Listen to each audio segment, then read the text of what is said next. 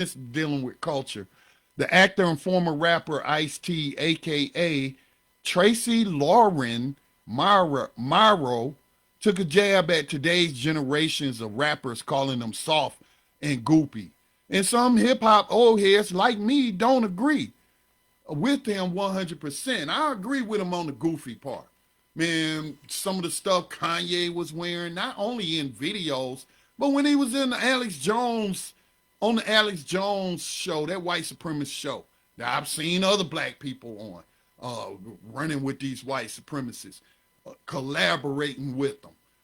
But the gimp mask that he had on there praising Nazis. He's very goofy, man. Very goofy. The oversized boots, galoshes, look like they belong on cartoon characters. You know, the big giant puffy suit he was in one video with. The rappers wearing the Astro Boy anime boots in real life. I mean, I would call that goofy. I would agree with him that some of the styles of some of these people is very goofy, you know, because hip hop is used to be known for its impeccable style, but or groundbreaking style, but now it's like anything goes. No, it's not clean and fresh anymore. It may be clean, but it ain't fresh. It's clownish and what have you. And so, but I agree with him on that. But in terms of them being soft, he must not turn on the radio. He must not be listening to the local FCC, supposed to be regulated terrestrial radio station playing rap music today. Because I would call them boys anything but soft. And I don't listen to it. And when I say boys, I should also mention the women as well. Men and women are still talking about Ice-T, if you didn't know, and I think you know. Still talking about shooting N-words, so talking about shooting each other because they self-identify as N-words and bitches and hoes and all of that good stuff. And that type of stuff. And they talk about going hard on each other, shooting each other, stabbing each other, run them over with a car, all kind of violence being promoted by these boys, talking about 100-round clips and spraying up the neighborhood or the street or the block and not even care. And then some of these people are embraced by corporate America. Yeah, they pay them big bucks to make a jingle for maybe McDonald's or star in a Pepsi commercial. And all that usage of the N-word, all of that misogyny, all that violence, it don't matter to these corporations who then out the other side of their mouth talking about Black Lives Matter. Now, I tried to talk to Kwabena Rasuli today,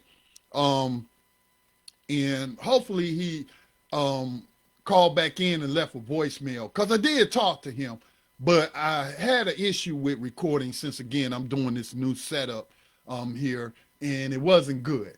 So I think he may have called back in and hear his thoughts on it. All right. For those that don't know, Kwabena Rasuli, he's been a frequent guest on Black Talk Radio News. And he heads Clear the Airways Project and collaborates with other organizations trying to address all this hardness, because that Ice-T want to tell people to go hard. Like, they soft. These boys soft. Back in the day, we used to talk about blowing N-words heads off. Oh, they still talking about that, Ice-T. So I don't know what you're talking about when you're talking about they soft. But let me read what Ice-T said. What did he say? Let me find that. See if I can find that. Ice-T, aka Lauren Marrow, is lying. He was talking about why he got out of rap. So this is his quote before I play Kwabena's comment. And again, you can leave a voicemail message at the telephone number. What is it? 704-218-9194. We'll play it during the last segment. Any questions, comments you have related to anything that we touched upon during the broadcast. So this is what Ice-T, aka Tracy had to say. There was a point where I was selling tons of records. Then it cooled off. I felt a certain way. Then I realized Public Enemy, Rakim, Big Daddy Kane, and Wu Tang Clan weren't selling records either, he explained. There was a paradigm shift. These kids got softer, and soft is not something I'm able to give audiences. Wow, the machismo, right? Or the toxic masculinity oozing from that. I'm just so hard, I can't give my audience, I can't be up there and share a tender moment with them, or talk about just having fun. I got to talk about shooting in words. Yeah. So he says the first word in hip hop is hip. So how something stays hip for over 10 years is difficult. Well, gangster rap has certainly lasted over 10 years, and it has branched out into stuff they call drill rap, which is extra violent, born among the gangsters of Chicago. That's where I heard drill rap came from. And they anything but soft. You know what I'm saying? And so Ice-T, I didn't know this about him, but he was an actual gangster in New York City.